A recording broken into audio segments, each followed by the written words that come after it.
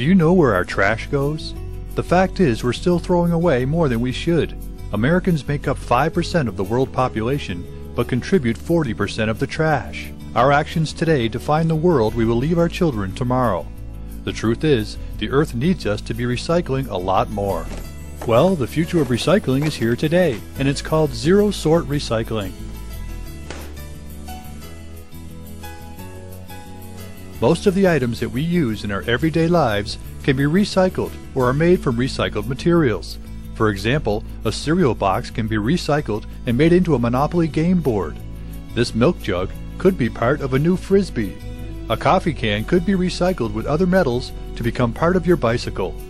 And Grandma could really use some paper towels that are made from recycled paper. Recycling can happen throughout the home. During his morning routine, even Mr. Green remembers to recycle. But separating your recycling is an annoying chore and confusing when you don't know which bin to use, and out of frustration end up throwing it away. Separating your recycling can take up space in the garage, causes clutter, and can be a real pain. And that's only half of it. On collection day, you have to drag all the different containers down to the curb.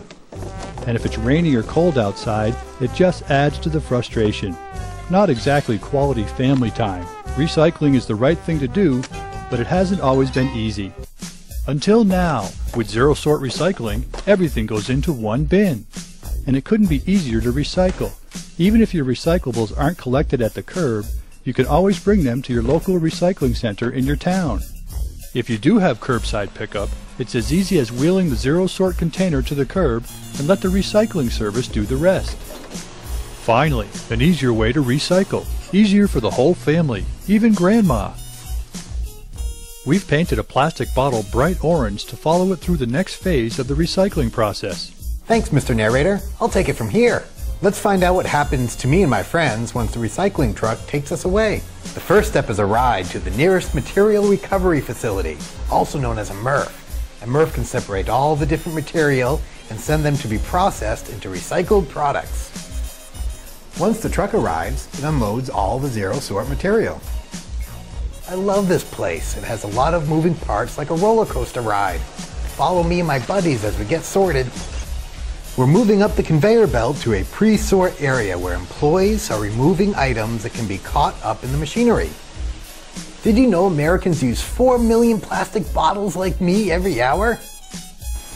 Now we're going to go through different machines that will separate plastic, metal, and glass from all the paper materials. Gravity helps the glass fall through the series of screens onto a conveyor belt that brings it into a glass crusher. Did you know the energy saved from recycling one glass bottle will light up a 100-watt light bulb for 4 hours? My metal buddies are next to leave the conveyor belt.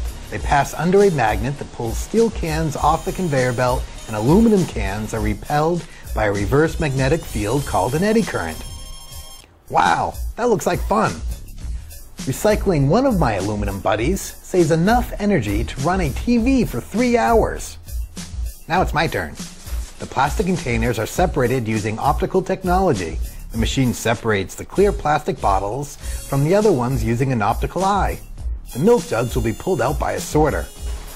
Once the bin gets full, a skid steer loader pushes the material onto another conveyor belt, which then takes the material directly to the baler. The baler compresses the material into a solid block held together by wire straps. These bales can weigh anywhere from 700 to 1,500 pounds, depending on the material. Now that we're all separated, we're on our way to other facilities to be made into all sorts of items. Bye! Recycled material like cardboard is made into items we use every day. And many plastics return to us in products like carpeting, clothing, outdoor furniture, and fencing.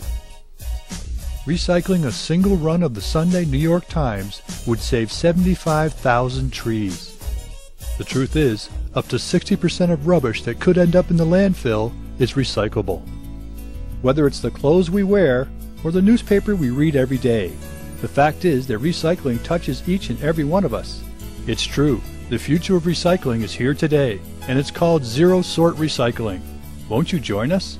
Please stay tuned for a list of recyclables that are accepted in your area. Your zero sort program accepts the following items: